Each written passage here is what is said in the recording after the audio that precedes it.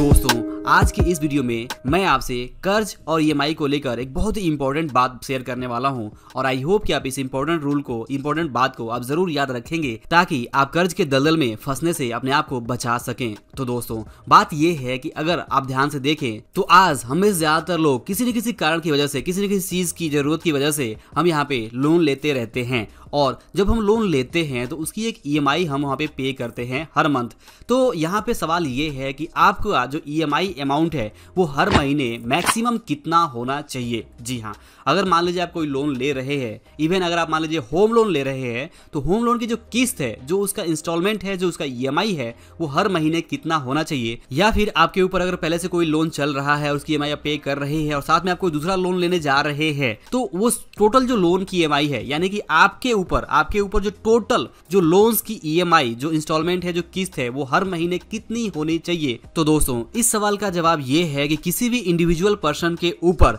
जो मैक्सिमम जो भी उसका टोटल लोन है, उसकी जो टोटल किस्त है, टोटल जो ईएमआई है, वो उसकी आमदनी से 30% से ज्यादा नहीं होनी चाहिए। जिसका मतलब ये है कि आपकी जो टोटल इनकम है उसका मैक्सिमम 30% हिस्सा आप अपने सभी लोनों की जो किस्त है उसमें भरने में आपको यूज करना चाहिए। अगर आपके लोन की ईएमआई की जो किस्त है वो अगर आपकी आमदनी से 30% से ज्यादा होने लग रही है तो ऐसे में आपके ऊपर जो फाइनेंशियल बर्डन है, जो आर्थिक दबाव है, वो बढ़ता जाएगा और ये परसेंट जितना ज्यादा होगा आप उतने ज्यादा कर्ज के जाल में फंसते चले जाएंगे और आपकी जो रातों की नींद है वो उड़ सकती है और आपको काफी तकलीफें हो सकती है। तो अगर आप नहीं चाहते कि आप इस तरह से परेशान हो, कर्ज को लेकर आप परेशान हो, उसकी ईएमआई को चुकाने का आपको बहुत ज्यादा टेंशन ना रहे, तो इसलिए ये बहुत जरूरी है कि आप अपने सभी जो लोन्स है, जो सभी कर्ज है, उसकी ईएमआई को आप मैक्सिमम 30% तक ही लिमिट रखें, सीमित रखें। अगर आप ऐसा करते हैं तो इजीली आप अपने लोन्स की ईएमआई को आराम से मैनेज कर पाएंगे।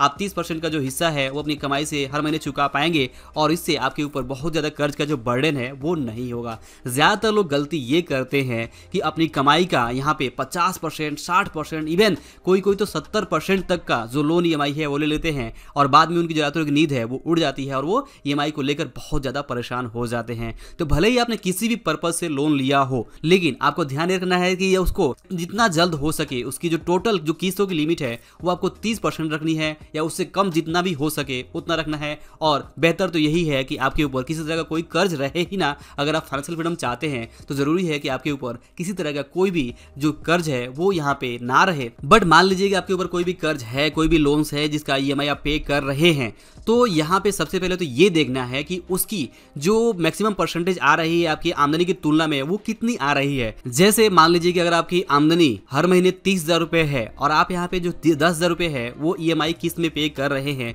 तो इसका मतलब ये है कि आपका जो परसेंटेज है वो 30% से थोड़ा सा ज्यादा है, लगभग 33% है। तो ये जो है ये थोड़ा सा, इतना ज्यादा तो नहीं कहा जा सकता लेकिन इतना कम भी नहीं कहा सकता, लेकिन आपको इसको कोशिश ये करनी है कि ये थोड़ा कम हो सके और ये उससे ज्यादा तो बिल्कुल भी ना हो, यानी कि 33% से ऊपर तो बिल्कुल भी ना हो। तो अब अगला सवाल ये आता है कि आप ऐसा कैसे कर सकते हैं कि आपकी ईएमआई 30% मैक्सिमम ही हो। तो दोस्तों इसके लिए दो चीज आप कर सकते हैं। पहला तो ये है कि अगर आपके पास कोई भी एक्स्ट्रा सेविंग है, कुछ भी एक्स्ट्रा पैसे अगर आप अर्न कर रहे हैं, तो उस पैसे से आप वहां पर जो लोन आपने लिया है उसका जो प्रिंसिपल अमाउंट है उसको आप चुकाएं और अपनी लोन की जो ईएमआई है, जो किस्त है, जो इंस्टॉलमेंट है, उसे आप थोड़ा कम कराएं और वो कम करा के आप यहाँ पे अपनी जो ईएमआई है वो अपनी आमदनी के जो 30% है उससे कम कर सकते हैं। यह है पहला सिंपल तरीका जो आप यूज कर सकते हैं। इसके अलावा आप यहाँ पे अपनी आमदनी को बढ़ाने के ऊपर फोकस कर सकते हैं और एक वादा आप खुद से कर सकते हैं कि आप अपनी जो लोन्स की किस्त है उसे बढ़ाएंगे नहीं, आप अपनी आमदनी को बढ़ाने के ऊपर काम करेंगे।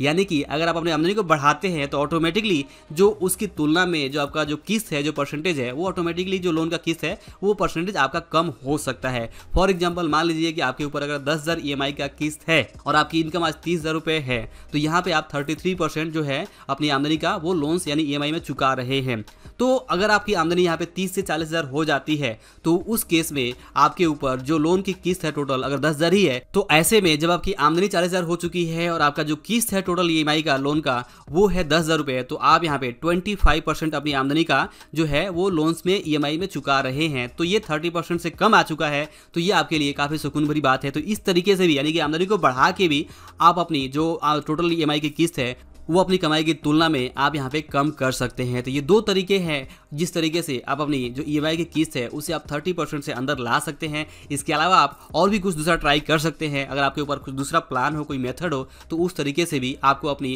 जो ईएमआई की किस्त है वो मैक्सिमम ज़्यादा से ज़्यादा 30% तक ही रखनी चाहिए, अगर आप नहीं चाहते हैं कि आप यहाँ पे कर्ज को लेकर बहुत ज़्यादा परेशान हो। तो दोस्तों आई होप कि आप इस इंपॉर्टेंट लेसन को ज़रूर याद रखेंगे, और अगर आपको कोई लोन लेना भी पड़ता है तो वहाँ पे अपनी जो लोन की किस्तों का जो टोटल है वो 30% से ज़्यादा आप नहीं होने देंगे। अगर आप ऐसा करते हैं तो आप बेहतर तरीके से फाइनेंशियल मैनेजमेंट, मनी मैनेजमेंट कर पाएंगे और आप एक बेहतर फाइनेंशियल लाइफ की तरफ आगे बढ़ पाएंगे, जहाँ पे कि आपके लिए फाइनेंशियल फ्रीडम हासिल कर पाना आसान हो सकता है, क्योंकि आप यहाँ पे प्रॉपर मनी मैनेजमेंट करके, प्रॉपर सेविंग इन्वेस्टमेंट करके, प्रॉपर अपने कर्ज को कंट्रोल करके आप यहाँ पे फाइनेंशियल फ्रीडम की तरफ आगे बढ़ सकते हैं। तो दोस्तों आई होप कि जो वीडियो है, जो लेसन आपको जरूर पसंद आया होगा। वीडियो पसंद आया तो इसे लाइक और शेयर जरूर करें। अंत में इस वीडियो को देखने के लिए और हमारे साथ जुड़े रहने के लिए आपका दिल से बहुत बहुत धन्यवाद।